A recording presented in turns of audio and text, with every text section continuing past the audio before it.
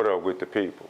My name is Sylvester Bracey Jr, and this is Culture by Sylvester, Conversations with My Father. Welcome to Get Down number 2, Words Must Have Meaning.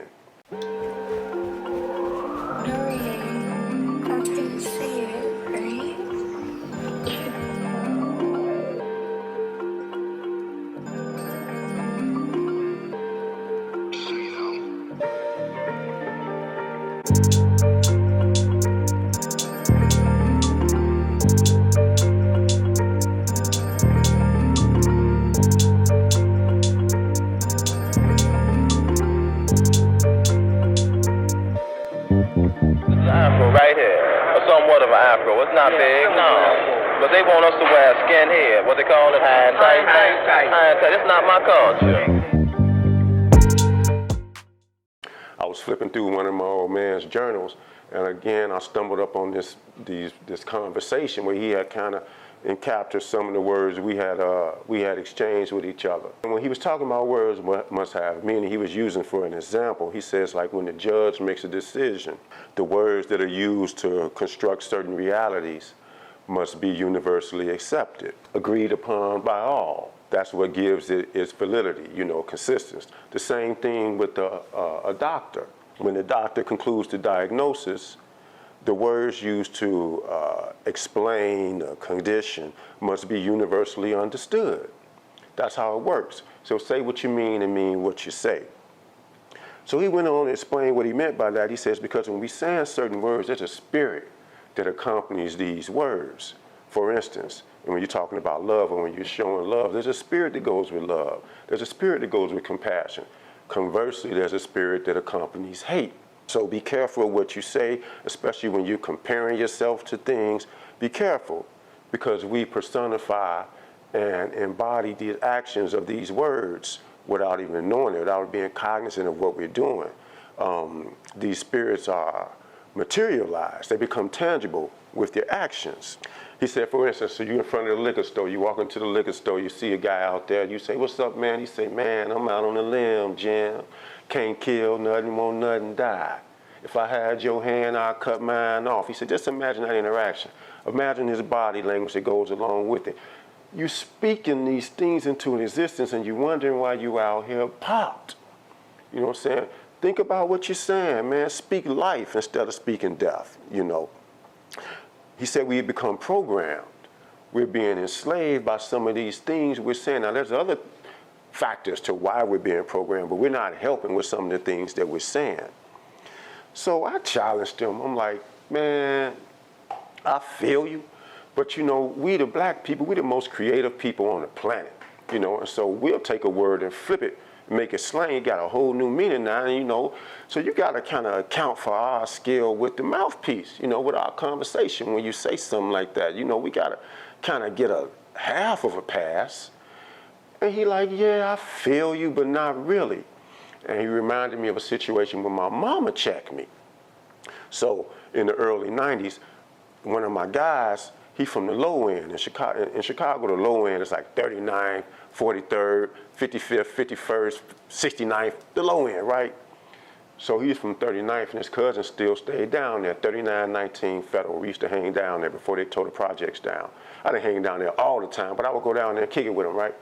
And there was this slang word they used to say. So say, for instance, if you at a party and you with your guys and this girl walk in that you've been checking her out, and your guy say, hey man, that old girl, Rhonda, you gonna get at her? You said you was gonna get at her. Oh man, she's been one. I'm getting on her tonight. And your guy rotate, he move around, right? Party over, 2 hours later, he come back, he's like, man, you get at Rhonda? You're like, no man, I ain't even dried down on her. And your guy say, oh man, you inferior, you tripping.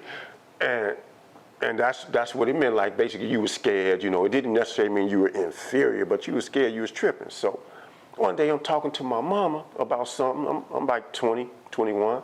Something I hadn't did. She asked me, did I do it? I said, no, ma, I was inferior. She was like, what? What you mean you was, boy, don't you ever say you was inferior. And I'm like, no, man, it don't really mean inferior like the opposite of superior. It don't mean, she's like, look, I don't care what it means. I don't care what no slang, none of, don't you ever say you was inferior, because if you be saying you inferior now, you keep saying that you're gonna look up 5, 10, 15, 20, you will be inferior. You speaking that over your, man, don't say that. So the old man reminded me, like that's what I'm talking about, man. Know what you saying, don't be out here just talking, you know. So I'm in the city doing as the city does and not realizing that, man, I'm shaping the direction of my life with some of these things I'm saying and who I'm hanging around and where I'm getting it from, you know. So the old man told me, he says, man, the real can never understand the unreal. Not just you, but we as a people, we got to break free from our self-limitations. Be careful what you're saying with these words, you know. And because they have a spirit. And we embody them. So my question now becomes to you in 2023, let's think about some of the words you say about yourself. You ever called yourself a beast?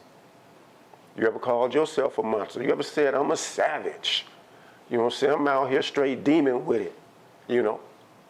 Think about a savage, the picture of a savage. If you open up the dictionary and you show a picture of a savage, this animalistic thing, these beasts, these beings that are so far beneath us, we're verbally out our own mouths saying that's who we are, taking ourselves down that low.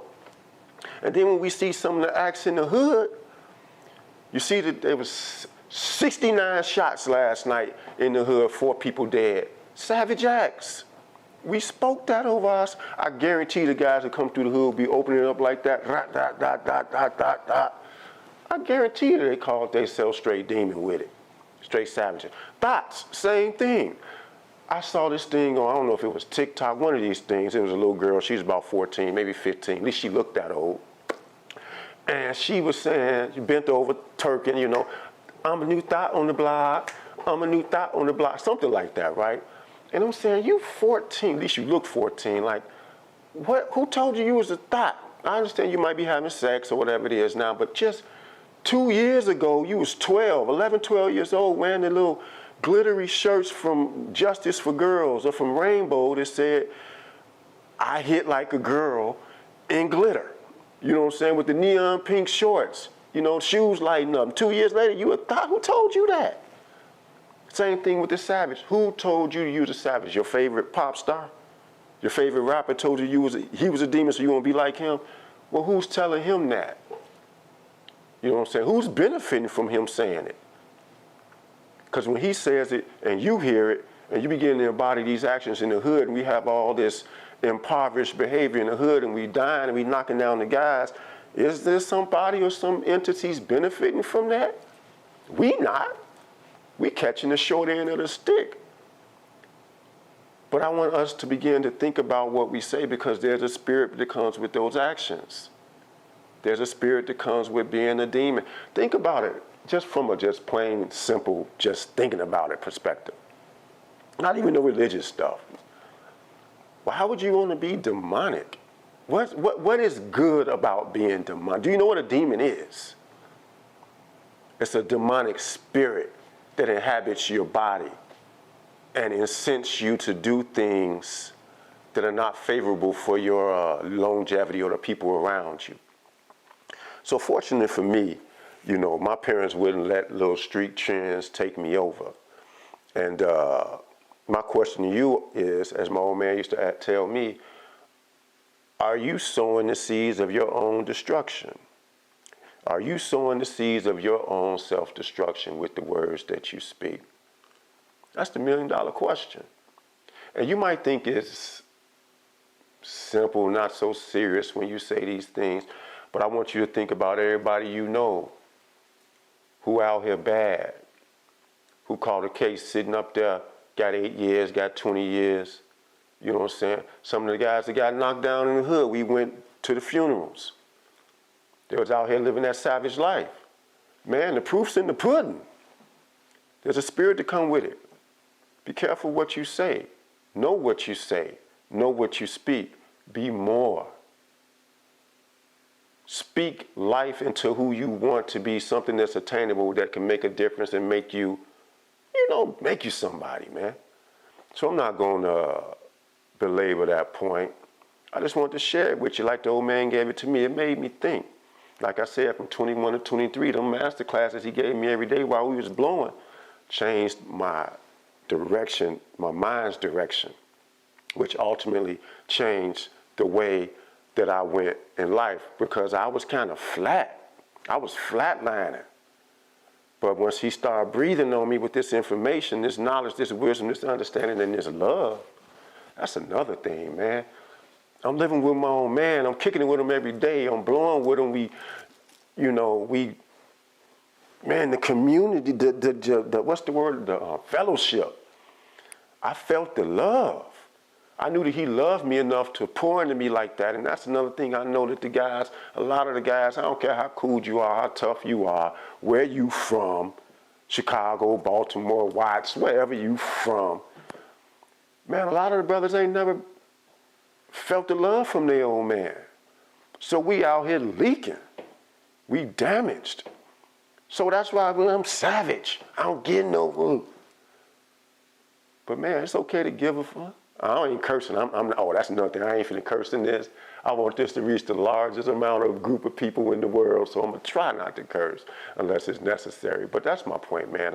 I'm not gonna belabor that point. My name is Sylvester Bracey Jr. This is Culture by Sylvester.